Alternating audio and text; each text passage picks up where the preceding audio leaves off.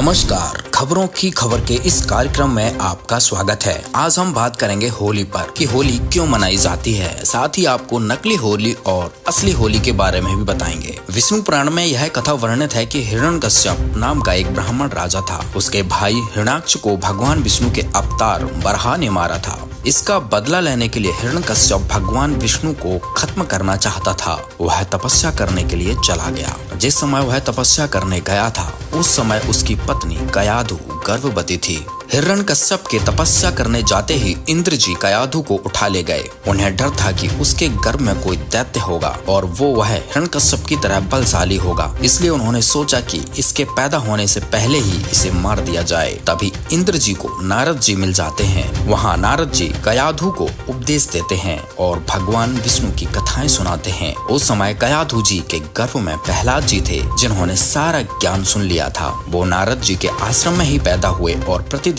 ज्ञान सुनते रहे। करीब 6-7 वर्ष की आयु तक वे वहीं हरि कथा सुनते रहे, जिसके कारण उनके अंतर मन में भगवान की ही भक्ति चलती रहती थी। बाल अवस्था में ही यानी 6-7 साल की आयु में प्रहलाद की माता कयाधु के साथ अपने राजमहल में आए। जब हिरण्यकश्यप ने अपनी तपस्या पूरी कर ली थी और वह वापस अपने राजमहल में लौट आया था। हिरण्यकश्यप ने ब्रह्मा जी से ऐसे ऐसे वरदान मांगे कि जिससे वो अमर हो सके, और इसी भूल में वो अपने आप को भगवान समझने लगा और भगवान को दुश्मन समझने लगा। लेकिन प्रहलाद भगवान के परम भक्त थे।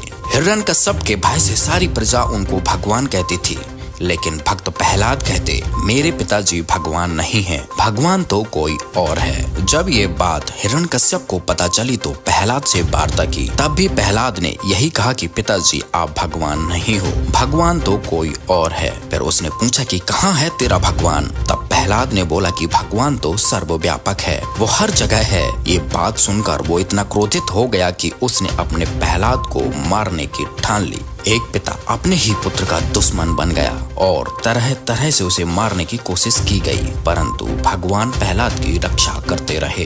एक दिन हिरण्यकश्यप ने अपनी बहन होलिका को बुलाया।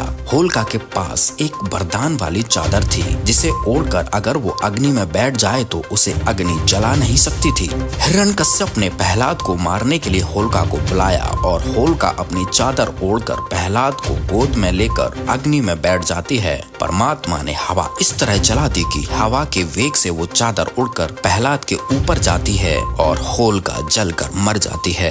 राक्षसी होलिका के जलकर मरने के बाद से होलिका दहन की प्रक्रिया हर वर्ष मनाई जाती है। तब से लोग लकड़ियां इकट्ठी करके होलिका दहन करते हैं। इसे धर्म की जीत के रूप में मनाया जाता है, ऐसा लोगों का मानना है। लेकिन इस तरह की क्रियाओं का पूजा के तौर पर करने का जिक्र अपने शास्त्रों में नहीं है। आप खुद सोचिए, भगवान ने भक्त की रक्षा की तो यह भक्ति और भगवान को याद करने का दिन होना चाहिए था, जो कि अब हुड़दंग में बदल गया है।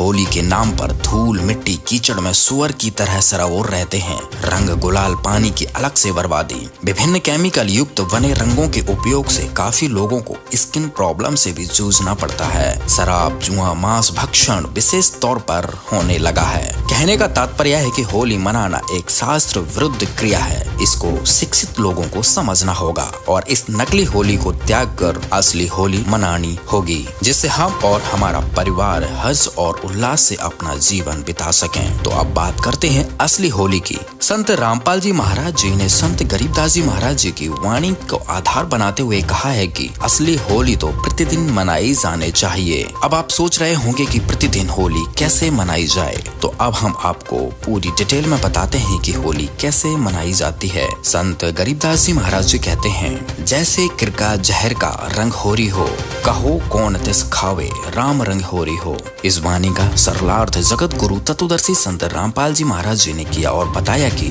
होली मतलब खुशी मनाना, और होली खेलने है तो राम के रंग की होली खेलो और प्रतिदिन खुशी मनाओ। परमात्मा की भक्ति करने से जो खुशी मिलती है वो इस नकली होली से नहीं मिल सकती, जिसमें लाल पीले मुंह करके एक दूसरे पर रंग डालते हैं। ये होली तो वर्ष में एक बार मनाई जाती है, पर राम के रंग की होली प्रतिदिन मनाई जाती है। उनका कहना है कि तुम एक दिन की खुशी मनाते हो और सारा दिन जहर खाते हो। दूसरों का बुरा सोचना, बुरी नीयत रखना, रिश्वत लेना, मिलावट करना, ये जहर खा रहे हो। और होली मनाने की सोचते हो, खुशी की आशा करते हो, ऐसे आपके घर में होली यानी खुशी नहीं हो सकती।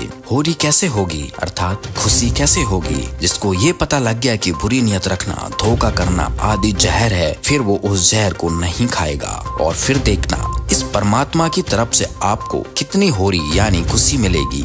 ये राम रंग होली होगी जो प्रतिदिन आपके घर में होती रहेगी। गरीबदास जी ने यही भी कहा है, जिसे संत रामपाल जी महाराज जी ने बताया है, सतनाम पालड़े रंग होरी हो, 14 लोक चढ़ावे राम रंग होरी हो, 3 लोक पासंग धरे रंग होरी हो, तो ना तुले तुलाए राम रंग होरी हो। गगन मंडल में गुमट है रंग होरी हो, जहाँ श्वेत ध्वजा फहरावे राम रंग होरी हो। गरीबदास जी महाराज जी ने कहा है कि हम तो राम रंग वाली होली खेलते हैं और प्रतिदिन खेलते हैं। असली होली मनाओ राम रंग की। संत रामपाल जी महाराज पूरे विश्व में खुशियां ला रहे हैं। उनकी शरण में आने से सभी पाप कर्म नष्ट हो जाते हैं। जीव भक्ति करके मोक्ष प्राप्त करता है, यहाँ भी सुख और परलोक में भी सुखी। तो इस तरह की होली मनाओ जिससे जीवन में सुखी सदा बनी रहे। उम्मीद है आज की हमारी ये पेशकश आपको पसंद आई होगी। फिर मिलेंगे अगले विषय के साथ। धन्यवाद।